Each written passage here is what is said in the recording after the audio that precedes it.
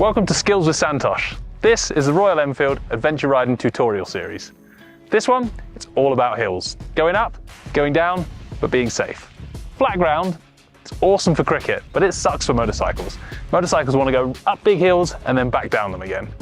And I'll let you in onto a little secret. I've got loads of them in the Himalayas. Everywhere you look, as soon as you enter in this region, all your mind can help do is go, I want to ride up that, I want to ride up that, I want to ride up that. And we want to be able to tackle these hills safely and reliably without breaking us or our bike. So, first of all, we're going to look at uphills. If you want to get up a hill, there's one thing that you need, and that's momentum. If you carry your speed into the bottom of the hill, that momentum will carry you up the gradient, regardless of how slippery the terrain is. The more momentum you carry in, the easier the hill is. So that's the first principle of going up hills, a little bit of momentum. Sometimes, like this hill here, we get a nice long run up all the way, we can carry that momentum through. Sometimes it's not so simple.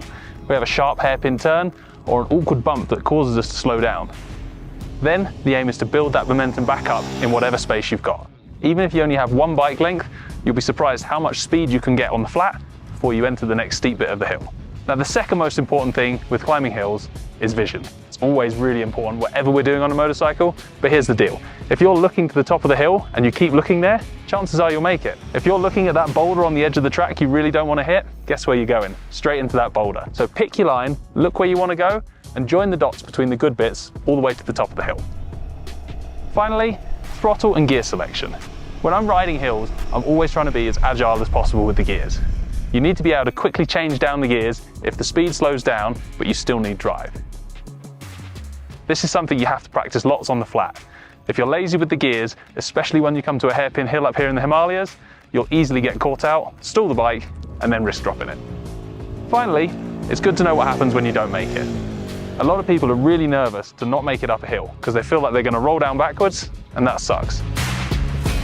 So when you're attacking hills, always have a little escape plan in the back of your head.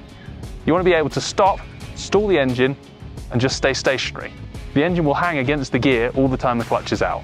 And if you can do that, you'll be able to stop anywhere on any of these gradients, and then you've got time to figure out how to turn around, get back down, and have another run at it. You definitely need to pay attention to the feedback that you get from the motorcycle, whether it's traction or the slide that you basically engage when you're coming down or going up. The loss of traction is communicated through the motorcycle and through you, which is basically because you're able to hold the motorcycle in that position. And you need to be either move up or back depending on what you're doing. So if you're going down, of course, move all the way back as much as you can to lower center of gravity. And if you're going up, if you have traction, of course, you need to be up front. If you don't have traction, put your weight back and allow the rear wheel to grab more traction for you.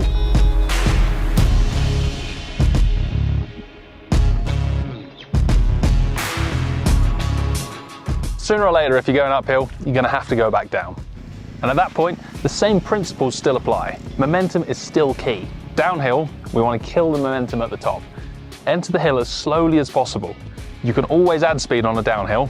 It's quite hard to get rid of it. So enter the hill slowly. Second is vision again. Even the gnarliest hill can be broken down into smaller segments where you pick lines between the good bits of terrain and work your way down. You can create an imaginary dot-to-dot trail in your head, and that helps you get around the biggest obstacles and pick good bits of trail where you can use your brakes. Finally, whereas on the uphill we were concentrating on the throttle, the clutch and the gears, on the downhill it's still clutch and gears, but we're going to add the brakes as well. Thankfully, the new Royal Enfield Himalayan has an ABS system fitted as standard. This means you can confidently use that front brake, not worrying too much about the front tyre skipping and locking up.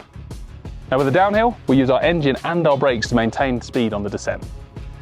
Your engine is one of the best brakes you've got, especially when you're on rocky, rough and loose terrain. Stick it in first gear, leave the clutch all the way out, and let the bike do the rest. Now that will let you carry slightly more speed than maybe you want, but the best thing is it's stable and controlled. Attack both up and down hills in those calm manners we've suggested, and you'll be able to explore everything you can see. Right, get out there, have some fun, be safe, and don't go crazy. We'll see you in the hills.